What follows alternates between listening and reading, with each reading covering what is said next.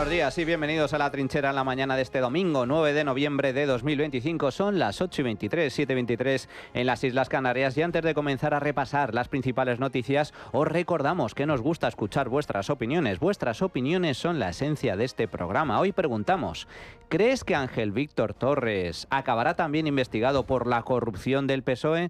Podéis participar a través del número de WhatsApp al que nos podéis enviar vuestras notas de audio. En nuestro espacio de tertulia iremos escuchando vuestras opiniones. El teléfono es el 689 33 74 44. Repito, 689 33 74 44. También podéis opinar y contactar con nosotros a través de nuestra cuenta de Twitter, @trincherallamas. Además, os recordamos que tenéis disponible la playlist de La Trinchera con todas las canciones que suenan en el programa. La podéis encontrar en Spotify, en la web de radio y en redes sociales, donde dejamos un enlace. Ahora sí, vamos a repasar la actualidad esta semana con Javier García. ¿Qué tal, Javier? Buenos días, ¿cómo estás? ¿Qué tal, Manuel? Buenos días. Desde que estalló el caso Koldo, hace casi 2 años, en el Partido Socialista han intentado aislar los hechos y reducirlos fundamentalmente a 3 personas, a Ábalos, a Koldo y a Aldama. El fin es el de distanciarse lo máximo posible del escándalo y de los presuntos delitos que se habían cometido durante la pandemia con la compra de material sanitario y la adjudicación de contratos.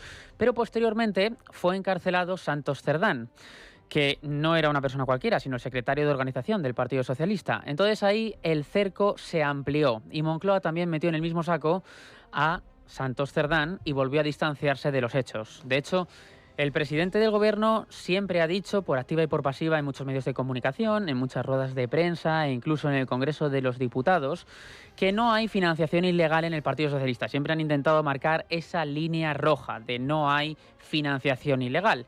Por ejemplo, hace unas semanas en el Congreso de los Diputados, en una sesión de control, Feijóo le hizo la pregunta y Sánchez respondió de forma rotunda. ¿Sabe los únicos que viven mejor en España ahora? Su gobierno, los 1000 asesores y los que iban todos con usted en el coche de las primarias. Mire, le pregunté aquí 2 veces por el señor Cerdán. Le dije, ¿usted cree que el señor Cerdán es honrado? Usted me dijo que sí. En nombre de los millones de españoles honrados, le pregunto, desde que usted es secretario general, ¿el Partido Socialista se ha financiado ilegalmente o no? ¿Sí o no? Muchas gracias, señoría. Muchas gracias, señora presidenta. No. ¿No? La Audiencia Nacional, el juez de la Audiencia Nacional Ismael Moreno, acordó este jueves abrir una pieza separada para investigar los pagos en metálico realizados al exministro de Transportes y el exsecretario de Organización del Partido Socialista, José Luis Ábalos, y también a su asesor Koldo García. Toma esta decisión Ismael Moreno después de que el Tribunal Supremo le remitiera testimonio del informe de la Guardia Civil sobre el patrimonio de José Luis Ábalos y también de la información facilitada por el Partido Socialista acerca de estos pagos. Así que ahora ya sí que sí, Miguel Ángel Pérez, buenos días. Se investiga la financiación ilegal en el Partido Socialista. Buenos días. El titular del Juzgado Central de Instrucción número 2 de la Audiencia Nacional, Ismael Moreno, ha acordado abrir una pieza separada tras recibir el auto del magistrado del Tribunal Supremo, Leopoldo Puente, en relación con los pagos en metálico realizados al exministro de Transportes, José Luis Ábalos, y su asesor, Koldo García. Todo ello con el objetivo de investigar una presunta financiación ilegal del PSOE de Pedro Sánchez. En la documentación enviada por el Tribunal Supremo y ahora incorporada a esta pieza se incluyen las declaraciones prestadas ante el alto tribunal por el exgerente del PSOE, Mariano Moreno, la empleada del partido, Celia Rodríguez, así como la de la empresaria Carmen Pano, que aseguró haber entregado 2 bolsas con un total de 90.000 euros en la sede del Partido Socialista. Adjunta igualmente la parte del informe de la UCO del pasado 8 de octubre que analiza los hechos, así como la información facilitada por el PSOE sobre dichos pagos. El magistrado ha acordado dar traslado al Ministerio Fiscal y a las partes personadas en la causa de la apertura de la pieza separada y de la documentación. Gracias, Miguel Ángel. Bueno, este es el nuevo revés al PSOE. Los socialistas le quitan importancia, como no puede ser de otra manera, le quitan importancia a la investigación. Dicen que sus cuentas están completamente auditadas. La cuestión es que si hay financiación ilegal, es dinero B y por lo tanto no se auditan. Por contra, el Partido Popular de Feijóo ha sacado otras conclusiones muy distintas. El Partido Socialista es un partido que, a juicio del Tribunal Supremo y ahora a juicio de la Audiencia, es sospechoso de haber practicado blanqueo de dinero y financiación ilegal. Bueno, la semana pasada analizábamos en profundidad esa comparecencia de Pedro Sánchez, del presidente del Gobierno, en el Senado, donde se le preguntaba, entre otras cosas, sobre el pago de dinero en efectivo a sus altos cargos o sobre las finanzas del Partido Socialista, las turbias y sospechosas finanzas del Partido Socialista, las cuentas, si había financiación ilegal, si las cuentas estaban controladas o no. Y lo negó todo, como suele ser habitual en el presidente del Gobierno, lo negó absolutamente todo. Y ahora, sin embargo, a raíz de la investigación primero de la Guardia Civil y después de los jueces, finalmente el PSOE está siendo investigado. Se va a investigar la financiación ilegal del PSOE, así que Partido Socialista Obrero Español, calienta, ¿qué sales? Vas a salir y muy posiblemente esto acabará, pues quién sabe, en una imputación, en un juicio. Estos eran los que venían a limpiar de corrupción la política española, ¿os acordáis? La moción de censura del año 2018, defendida, por cierto, por José Luis Ábalos. José Luis Ábalos era la mano derecha de Pedro Sánchez, que subió al estrado a criticar la corrupción del Partido Popular y a defender la limpieza del PSOE. Y ahora, sin embargo, se va a sentar en el banquillo de los acusados. Y veremos si no cae nadie más, que todo apunta a que el PSOE también acabará ante la justicia por financiación ilegal. El PSOE, el partido de las chistorras, los soles, las lechugas y los folios, el partido de las bolsas de basura en Ferraz con dinero en efectivo, el partido de las putas y las fiestas de cocaína, el partido de la corrupción. El PSOE, amigos, es la gran maldición de España. Y llevábamos semanas, Manuel, a la espera de una cosa que finalmente se ha producido. Esta semana se ha hecho público el informe que llevaba meses elaborando la Guardia Civil sobre el ministro de Política Territorial y Memoria Democrática, Ángel Víctor Torres, y que hace unos días ya entregó al juez. El documento consta casi de 350 páginas y, tal y como ha avanzado The Objective, se ha tardado tanto en publicar el original. Cabe recordar que estábamos a la espera, esa palabra que se hablaba tanto entre los periodistas, que se iba a publicar de forma inminente. Bueno, pues dice este medio que ha tardado tanto porque incluía referencias a Pedro Sánchez, el informe oficial, que fueron luego quitadas. Entonces, finalmente, esas menciones a Pedro Sánchez en el informe final se han quitado y entre revisiones, por eso se ha tardado tanto en publicar. Sea como fuere, el informe deja varias cuestiones importantes, algunas de ellas beneficiosas para el ministro, pero otras no tanto. Por ejemplo, como dice Ángel Víctor Torres, no se habla de comisiones, de mordidas o de prostitutas, pero la Guardia Civil sí habla, y esto es lo importante, de la estrecha relación que mantenía Ángel Víctor Torres con gente de la trama, con Koldo García y con Víctor de Aldama, algo en este caso que a Ángel Víctor Torres, lógicamente, no le ha interesado comentar. Ayer el informe de la UCO dejó las cosas absolutamente claras, ¿no? Y por tanto, por eso estoy feliz, y son otros los que tendrían que explicar y explicarse. Y creo que también exigirles esas explicaciones a quienes me han estado acusando de manera absolutamente falsa, ¿no? Yo me ratifico en todo lo dicho, me alegro de que el informe de la UCO concluya lo que ha concluido. Pero no todo es bueno para Torres. La Benemérita destaca cómo su administración canaria se involucró, cuando él era presidente del archipiélago, en pagar a Aldama con rapidez, pese a que los funcionarios exigían el cumplimiento de la normativa antes de hacer esos abonos. Buenos días, Koldo. Llevo desde el viernes y ayer, incluso con el consejero, centrado en este asunto. Hay resistencia de ANA no a pagar esa factura, sino a hacer los abonos sin las comprobaciones de las validaciones. Yo le he trasladado la excepcionalidad de esta factura. O sea, estoy encima de ello. Yo, no obstante, hablaré hoy con la persona que conocí el otro día en el restaurante. Estate tranquilo que estoy haciendo todos los esfuerzos, ¿eh? No parece que fuera la primera vez que ambos intercambiaban mensajes. Cabe recordar que el propio Torres aseguró en la Comisión de Investigación del Senado hace tiempo ya que su relación con Koldo era prácticamente anecdótica. Pero los mensajes intervenidos, estos que estamos escuchando, no parecen precisamente que sean entre dos personas que prácticamente no se conocen o de haberse visto únicamente una vez. Escuchamos. Koldo, La orden del consejero se firmó el martes por la tarde de ingreso. Cierto que eso luego pasa al Tesoro, que es Hacienda, y el Tesoro ingresa los días 20 y los días 5. Pero ya ha dado orden Antonio, supongo que Blas no lo sabía, de que se pague con carácter inmediato. Ya lo sabe también el viceconsejero de Hacienda, ¿vale? Ángel, agradezco en el alma tu implicación personal y otra cosa no, pero te doy mi palabra de que me vas a tener para lo que te salga de los cojones. Y eso sí que cumplo, ¿vale? Un abrazo. La principal empresa de la trama que operaba en torno al Ministerio de Transportes con las mascarillas, Soluciones de Gestión, fue una de las más beneficiadas por el Gobierno de Canarias, presidido entonces por Ángel Víctor Torres, durante la crisis, durante la pandemia.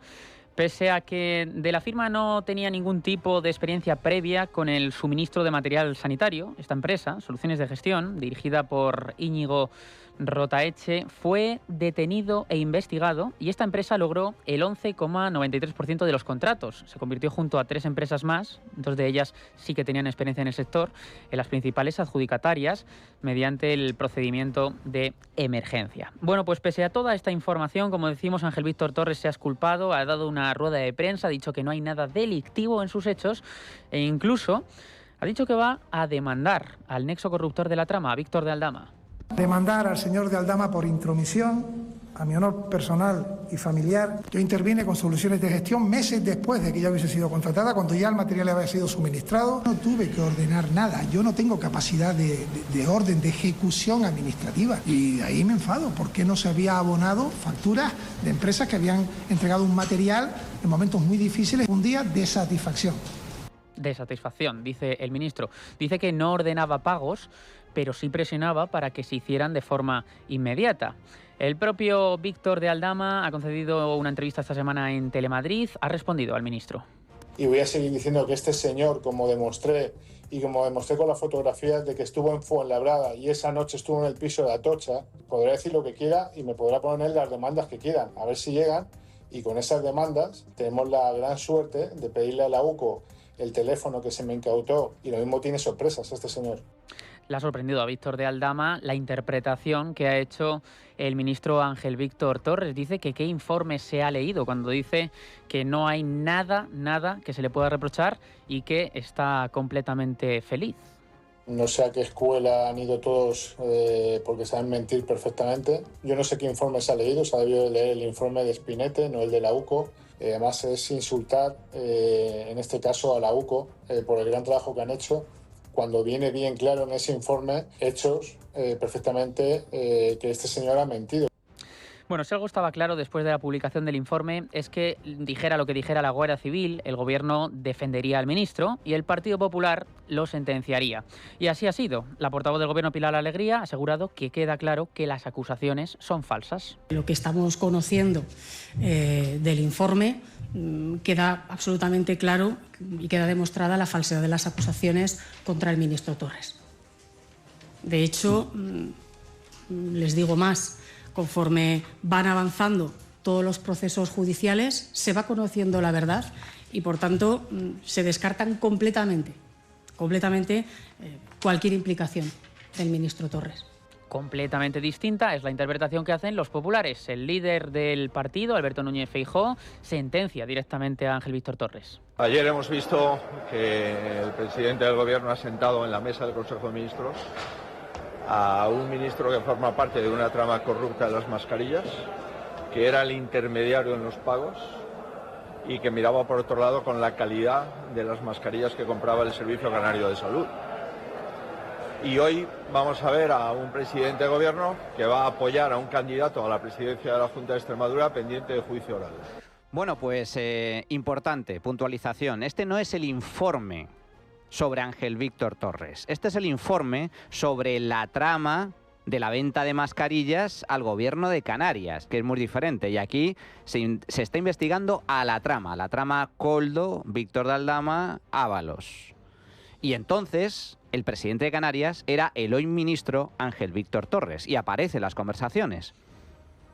Por lo tanto, que no cante victoria tan rápido, porque de aquí esto es solo una parte de la investigación. Todavía queda mucho por investigar. Hay que recordar que Koldo García lo grababa absolutamente todo. Era como el excomisario Villarejo, que llevaba una grabadora pegada al pecho. Por lo tanto, veremos qué sale más adelante. Pero esta investigación se centra en lo que se centra. Año 2020, en medio de la pandemia, compra de mascarillas por parte del Gobierno de Canarias. ¿Y qué demuestra el informe? Pues lo que demuestra el informe es que Ángel Víctor Torres, lejos de tener una relación anecdótica, marginal, con la trama presuntamente corrupta de Koldo, Aldama, Ábalos y compañía, tenía una relación estrecha, muy estrecha. Tan estrecha que se arremangó para presionar a los funcionarios del Gobierno de Canarias para que pudiera pagar por la compra de mascarillas, entre otras muchas cosas. Por lo tanto, había una intermediación, un contacto directo. Es decir, Ángel Víctor Torres mintió. Mintió de forma descarada a todos los españoles cuando se le preguntó sobre este asunto. Bueno, y un detalle más, por si todo esto fuera poco, Manuel, hay más juicios en el horizonte porque el magistrado del Tribunal Supremo, Leopoldo Puente, ha dictado esta semana un auto de procedimiento abreviado contra el ministro de Transportes Ábalos, contra Koldo y contra Aldama, en la pieza inicial en la que se ha investigado, entre otros asuntos, esos contratos irregulares de mascarillas durante la pandemia del COVID.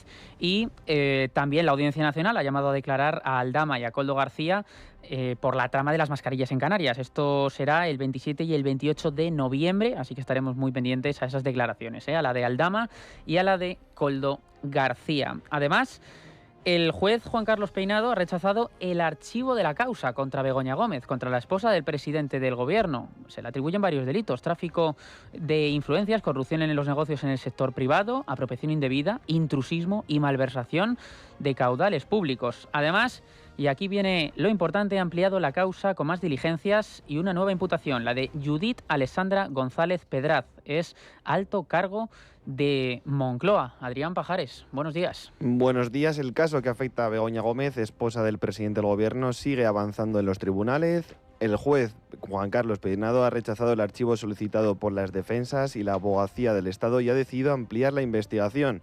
Ha citado como imputada a la secretaria general de Presidencia, Judith Alessandra González, por supuesta falta de supervisión sobre la asesora de Begoña Gómez, Cristina Álvarez, que habría realizado gestiones privadas estando en nómina pública y lo que podría constituir un delito de malversación. Además, se ha ordenado a la Guardia Civil analizar las agendas de Begoña Gómez y de su asesora y se han aprobado nuevas diligencias y citaciones. Entre los nuevos comparecientes figuran el exvicerrector de la Complutense, Juan Carlos Doadrio, y el presidente del Instituto de Empresa, Diego de Alcázar, para esclarecer el papel de instituciones académicas y empresariales en todos los proyectos vinculados a Begoña Gómez. En cambio, el juez descarta volver a citar al presidente Pedro Sánchez, aunque deja abierta la posibilidad de que acuda voluntariamente. La causa entra en una fase decisiva con declaraciones clave previstas y especial atención en la citación del 12 de noviembre de la secretaria general de Presidencia, Judith Alessandra González. Bueno, gracias Adrián. Como vemos, todos los casos que afectan al presidente del Gobierno siguen su curso y además lo hacen cuando esta semana se ha constatado que Pedro Sánchez ya no tiene una mayoría para gobernar. Hace unas semanas, el prófugo, el delincuente Carles Puigdemont, decidió romper con el Gobierno y anunció que iba a bloquear la mayoría de leyes en el Parlamento. Bueno, pues ahora Junts ha pasado de esas palabras a los hechos. Ha comenzado a registrar enmiendas a todas las leyes. Míriam Nogueras es la portavoz de la formación. En estos momentos se están registrando enmiendas a la totalidad a 25 leyes. No votaremos a favor de las 21 leyes que están acabando su tramitación y las 9 que ya han pasado al Consejo de Ministros también tendrán su enmienda a la totalidad cuando lleguen al Congreso. El objetivo, dice Junts, es que Pedro Sánchez no pueda aprobar absolutamente nada. Hay una excepción y son las leyes que benefician a Cataluña. La propia Míriam Nogueras ha concedido varias entrevistas. Una de ellas ha sido esta semana a Antena 3. Ha dicho que la época de los ultimátums ya se ha terminado. Esta gente vive en una realidad paralela. Yo creo que lo de hoy ha sido un baño de realidad. La época de los ultimátums ha terminado. O sea, esto es una ruptura. Ya no hay ultimátums. Hemos decidido hace una semana, avalado por los militantes, que esto se ha acabado.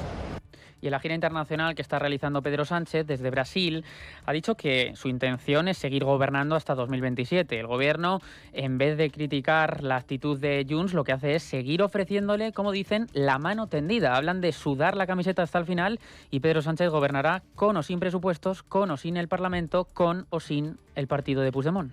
Con nuevos presupuestos o sin nuevos presupuestos, España seguirá avanzando y el Gobierno continuará con su hoja de ruta hasta que termine esta legislatura en el año 2027. Y eso me lleva a su primera pregunta. Insisto, creo que este es un Gobierno que durante estos últimos 7 años ha demostrado su capacidad para poder dialogar y llegar a acuerdos. Y eso es lo que vamos a seguir haciendo con todos los grupos. Hablar con todos los grupos, salvo uno, y gobernar para todos los territorios y para la mayoría de los ciudadanos y ciudadanas de nuestro país.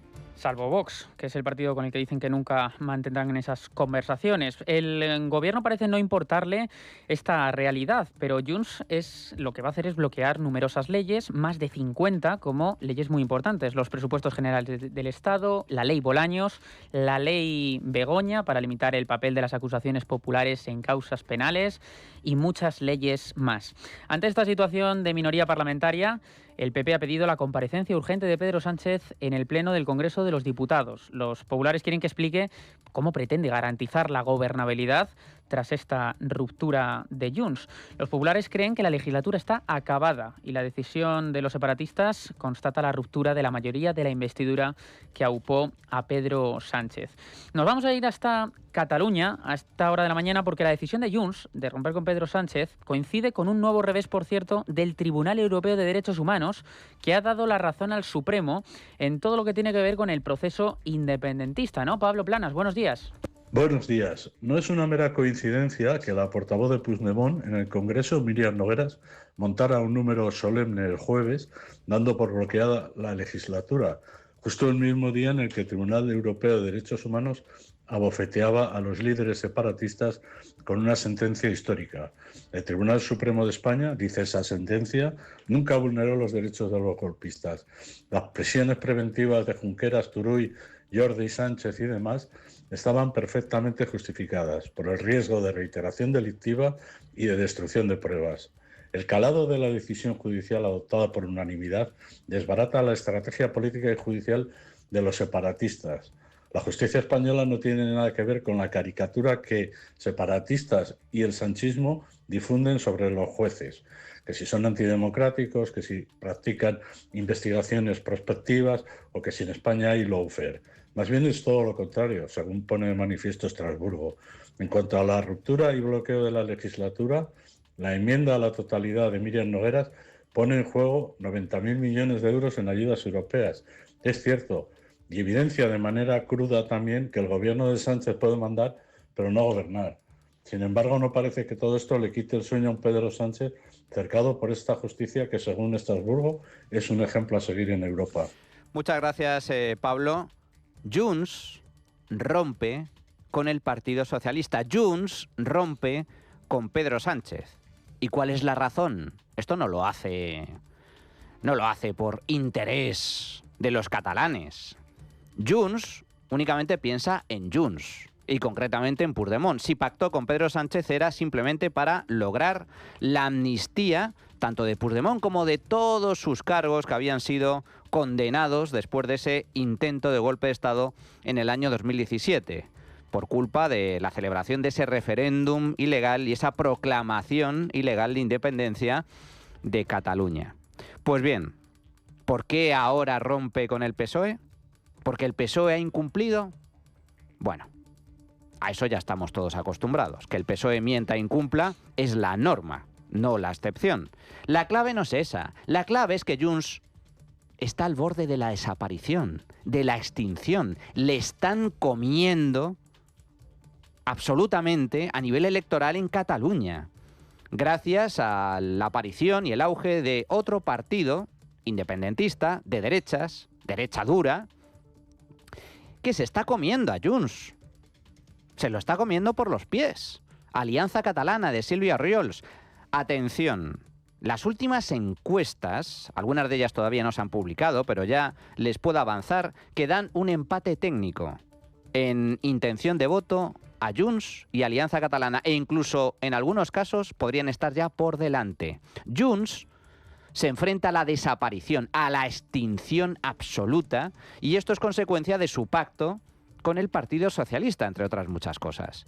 Por lo tanto, a eso responde la ruptura de Junts, ni más ni menos.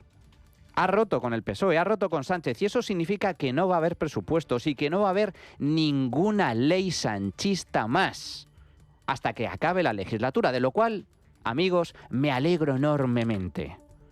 Porque lo último que necesitamos son más leyes sectarias y absolutamente desastrosas. Y unos presupuestos expansivos. Por lo tanto, bien, no habrá presupuestos y no habrá leyes, pero ¿eso va a impedir que Pedro Sánchez siga gobernando? La respuesta es no. A Pedro Sánchez le da igual. Si hay presupuestos, si hay leyes, le da exactamente igual. Pedro Sánchez lo único que quiere es mantenerse en la Moncloa y lo va a hacer a toda costa. Cueste lo que cueste, hasta el final. Por lo tanto, ¿cuál va a ser el próximo paso? La única forma de echar a Sánchez de la Moncloa es mediante una moción de censura. Pues bien, las últimas informaciones de hace escasas horas, el periódico El Español publica el siguiente titular. El PP rechaza una oferta a Junts para apartar a Sánchez con una moción de censura instrumental sin Feijóo. Lo que están proponiendo los independentistas catalanes de Junts es organizar una moción de censura instrumental, poner como candidato a alguien que no sea Feijóo, a alguien más o menos neutral, a un técnico. ¿Para qué? Para convocar elecciones. Y el Partido Popular lo rechaza. ¿A qué estamos jugando? ¿Jugamos a echar a Pedro Sánchez o jugamos a que Pedro Sánchez siga haciendo maldades desde la Moncloa en contra del interés, los derechos y libertades de todo el país, de todos los españoles, y que siga deteriorando la democracia en España tal y como está haciendo? Hombre, no sé. Sinceramente, no lo acabo de ver. Si esto es una moción instrumental, si esta moción va a servir para echar a Sánchez de la Moncloa, ¿a qué narices están esperando para hacerlo? ¡Échenle!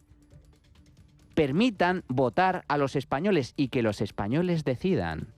Bueno, pues parece que de momento no hay acuerdo. Veremos qué es lo que pasa, pero al menos sí hay un punto de inflexión. Y el punto de inflexión es que ahora se abre una oportunidad que hasta hace muy poco no existía. Y nos vamos hasta Extremadura porque queda menos de un mes para que arranque la campaña de forma oficial, el inicio de la campaña electoral allí, y los partidos ya están engrasando la maquinaria. Los socialistas quieren recuperar Extremadura después de que la presidenta María Guardiola, recordamos, adelantase las elecciones tras no conseguir el apoyo de sus presupuestos. Además, han publicado varias encuestas que avanzan cómo está en estos momentos la carrera, cómo está la situación. La elección de Miguel Ángel Gallardo como candidato del PSOE para las elecciones ha reabierto heridas, crisis interna dentro del Partido Socialista. Vamos a conocer todas las novedades. Inés Fernández Esma, ¿qué tal? Buenos días. Buenos días. Según una encuesta del diario El Mundo, el PP ganaría las próximas elecciones con un 41,7% de los votos, 3 puntos más que en 2023.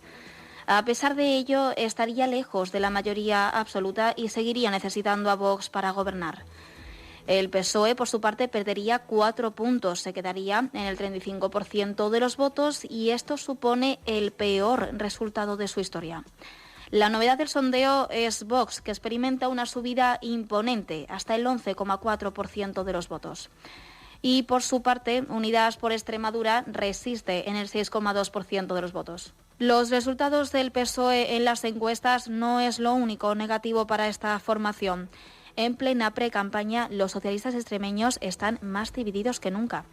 Tras salir a la luz un vídeo del Comité Regional del PSOE de Extremadura, en el que el secretario del partido en la provincia de Cáceres y presidente de la Diputación de esa provincia, Miguel Ángel Morales, no veía conveniente la candidatura de Miguel Ángel Gallardo a la presidencia de la Junta debido a su situación como investigado en el caso de David Sánchez. Que todo esto ha envuelto en una intranquilidad de mucha gente nuestra de la izquierda, porque por encima de Miguel Ángel Gallardo, de Miguel Ángel Morales y de Pedro Sánchez está el Partido Socialista Obrero Español.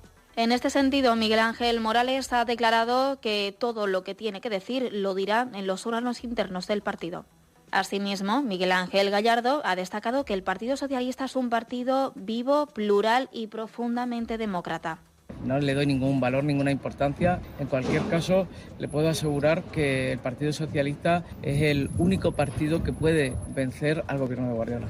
Quien sí se ha pronunciado al respecto ha sido el expresidente socialista de la Junta de Extremadura, Juan Carlos González Ibarra, que apoya al actual secretario del PSOE extremeño, Miguel Ángel Gallardo. A su juicio, cree que tiene actitudes para ser un buen gobernante y también que está siendo injustamente tratado por la justicia. Gracias, Inés. Bueno, pues estaremos muy pendientes del juicio a al hermano de Pedro Sánchez y a Miguel Ángel Gallardo, que ya hay fecha, será del 9 al 14 de febrero.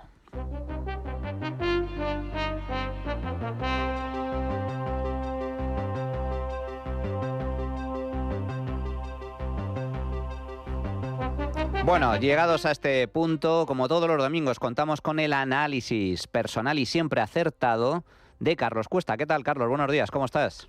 Muy buenas, ¿qué tal vosotros? Bueno, Carlos, cuéntanos. Parece que el Partido Socialista tiene que empezar a calentar en el banquillo porque finalmente va a ser también investigado por financiación ilegal. Pues tiene toda la pinta de que el siguiente paso, o dentro de un par de pasos, dependiendo de alguna diligencia testifical y demás, podría ser efectivamente la imputación del Partido Socialista por la financiación ilegal. De momento, eso que decían ellos que nunca iba a ocurrir, que no se iba a abrir ninguna pieza, acaba de ocurrir. Ahora, claro, hemos escuchado a Pedro Sánchez salir y decir lo que ha ocurrido es un mero paso procedimental. ¿Así? Un mero paso procedimental. La gente va caminando por la calle y según da un paso procedimental le abren un caso. ¿Por qué? ¿Por pisar la acera o por qué? O sea, evidentemente en España te abren un caso procedimental o una pieza judicial. ¿Por qué? Porque hay indicios penales. Si no, no te abren absolutamente nada. Pero bueno, otra mentira más de este señor. Vamos con las pruebas que claro que apuntan a financiación ilegal en el Partido Socialista y que por supuesto que son las que han avalado que se abra en la Audiencia Nacional una pieza separada por financiación ilegal del Partido Socialista. La primera es evidente. Aparecieron sobres de 2.800, 3.000, 4.500 euros. Todos ellos están prohibidos por la ley antiblanqueo. Por tanto, es imposible que eso aparezca en una contabilidad A. De hecho, algunos de estos sobres no aparecían en la contabilidad A. Por lo tanto, tiene que haber una contabilidad B. En España, hasta 2021, estaba prohibido el pago de más de 2.500 euros en metálico. A partir de 2021, se prohibió el pago de más de 1.000 euros. Todos los sobres que yo he citado están por encima de esas cifras. Por tanto, todos son ilegales a ojos de la ley antiblanqueo. Segundo, fuentes de dinero presuntamente ilegales. Ya han sido detectadas. ¿Cuáles son? Es evidente. Las obras públicas presuntamente amañadas, las mascarillas con comisiones ilegales, el petróleo traído de Venezuela, las subvenciones ligadas a fondos Next Generation, a la España vaciada, las de Teresa Rivera y demás. De todas ellas hay rastro, en otros casos, de que podrían haber provocado unos ingresos cuyos orígenes están claros. Destinos, pues sabemos que los sobresueldos que estaban recibiendo Ábalos y compañía, pero también por las conversaciones captadas podrían ser perfectamente destinados, una parte al menos, al Partido Socialista. Dinero en cajones sin ninguna justificación. Las propias secretarias del Partido Socialista han aludido a que tenían demasiado dinero en los cajones y que pedían a los cargos que por favor se los llevaran porque no querían tener tanto dinero. Eso está totalmente confirmado ya por la UCO. Y no sabemos todavía el importe total que había en esos cajones, pero si cada uno de los sobres podía ser de 3.000, de 4.000, de 4.500 euros, cuando aludían a mucho, debían aludir a más de un sobre. Venga, sigamos. Remesas de dinero como si estuviésemos viviendo en el lejano oeste. O sea, esta historia que nos han vendido de que tenían una empresa remesadora que traía dinero, ¿pero quién hace eso hoy en día? O sea, hoy se hace con transferencias, mucho más control, mucha más seguridad. Ellos no han dado ninguna justificación a la utilización de las remesadoras, de una empresa que les lleve y les coja el dinero. Ninguna. Han dicho, no, lo hacíamos así. Vale, la siguiente pregunta es ¿por qué? No han dicho nada. O sea, nadie prefería llevarse el dinero de una forma segura, en una transferencia bancaria, con una transferencia bancaria. ¿Preferían el fajo de dinero? ¿O es que el fajo de dinero era porque tenías ya el dinero dentro? Venga, sigamos. El dinero estaba gestionado por Koldo García Izaguirre y su mujer. Yo todavía estoy esperando que me diga alguien del Partido Socialista cuál era el cargo de Koldo García Izaguirre en el partido, y ya ni os cuento el de su mujer. No tienen cargo en el partido. Entonces, ¿por qué aparecen con una cuenta de gastos con cargo al partido? ¿Y por qué son ellos los que gestionaban el dinero? Ni media explicación. Dinero enviado a la casa de Ábalos en fajos. Bueno, ya este hecho, que está totalmente acreditado, cajas y cajas de dinero en billetes de 50 euros, metidos, escondidos, en un armario de su casa. Y tenemos los mensajes, porque los captó la UCO, de cómo él reclamaba y decía, no, esto llevádmelo a mi casa. Y se lo reclamaba al partido. a través de Koldo García Izaguirre y de Patricia Úriz. Y Koldo García Izaguirre y Patricia Úriz efectivamente iban al partido, lo cogían y lo llevaban, o se lo llevaban directamente desde el partido. Esa parte no la sabemos, pero sabemos que el dinero llegaba allí. Bien, sobres que no figuran en la contabilidad del Partido Socialista. De las fotografías que ha captado la UCO, que consiguió a través de los móviles, que ha conseguido comprobar, resulta que aparecen algunos sobres que no aparecen en los movimientos de la contabilidad. En concreto, en noviembre de 2019 aparece un sobre, 826,71 euros, que no aparece, lo tienen fotografiado la UCO y no aparece en la contabilidad oficial del Partido Socialista. Por tanto, si no aparece en la oficial, tiene que estar en una B. Bien, todo un lenguaje entero para encriptar y para intentar confundir en caso de investigación judicial. Chistorras, lechugas, folios, soles, todo eso es un lenguaje entero creado en clave. ¿Por qué se crea un lenguaje en clave? Porque lo que estás ocultando es delictivo, ¿verdad? Alguien tiene un lenguaje en clave para hablar de cosas normales. Oye, pásame el boli. Oye, que necesito cambiar la silla, que se me ha roto un brazo de la silla. Nadie, ¿verdad? Bien, pues esto evidentemente es porque ocultas una ilegalidad. Sigamos. 1 millón al menos dispuesto en metálico para supuestos gastos. ¿Quién tiene 1 millón en metálico dispuesto para supuestos gastos? Por cierto, es muy llamativa esta historia porque los supuestos gastos correspondían a Ábalos, a Santos Cerdán, a Koldo García Izaguirre, que no tiene cargo, ¿vale? Y de pronto aparece un sujeto colectivo, que era nada más y nada menos que Secretaría de Organización. Ya, es que los que acabo de citar eran los secretarios de organización. Por tanto, ¿quién era el que recibía el dinero de ese sujeto colectivo, que no se puede poner un sujeto colectivo para entregarle dinero, que era Secretaría de Organización? ¿Quién era? Si los secretarios de organización tenían sus cuentas particulares. Bien, a este sujeto colectivo se le han asignado 750.000 euros en pagos en metálico. Ni media justificación de cómo, por qué, quiénes eran, ni media. Literalmente ni media. De hecho, ya sabemos que Pedro Sánchez ha admitido y Pilar Alegría que recibían pagos en metálico y no aparecen en la contabilidad. Por tanto, tiene que haber una contabilidad B. Sigamos. Remesas de dinero que no incluían los billetes de 500, 200 o 100. En todos los tickets que hemos comprobado, en todos los justificantes de esa remesadora que traía el dinero, el tope de billete acababa en 50 euros. Entonces, ¿cómo podía haber pagos con 500, 200 y 100 que entraban por la chimenea o en paloma mensajera? O entraban en las bolsas de Carmen Pano, que tiene mucho más sentido, ¿verdad? Bien, grabaciones a Santos Cerdán hablando de comisiones, frase literal, a espaldas del partido. Vamos a ver, Santos Cerdán abroncó a Koldo García Izaguirre y a José Luis Ábalos porque, según él, estaban llevando ese dinero de esas comisiones de obras públicas presuntamente amañadas a espaldas del partido. Fue la expresión que utilizó él. Si hay dinero a espaldas del partido, es que hay dinero por delante del partido, ¿verdad? Bien, y luego cuidado, que no eso es un detalle menor. Esas obras públicas de las que se supone que se sacaba ese dinero pasaban todas por la mesa del Consejo de Ministros que preside Pedro Sánchez. ¿No se enteraba Pedro Sánchez? Pues ala, toneladas de pruebas, Manuel. Más claro, agua, y el listado continúa. Como siempre, Carlos, muchísimas gracias. Te escuchamos todas las noches de lunes a viernes en La Noche de Cuesta. Fuerte abrazo, Carlos. Un abrazo enorme. Bueno, pues esto es lo que hay. Sobres de dinero en efectivo, cajas con billetes, bolsas de basura y luego el cobro de presuntas comisiones a cambio de obra pública. ¿Lo leéis? ¿Oléis eso? Huele a basura y viene de Ferraz.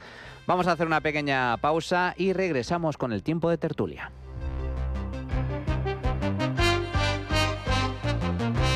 La Trinchera de Llamas. Es Radio.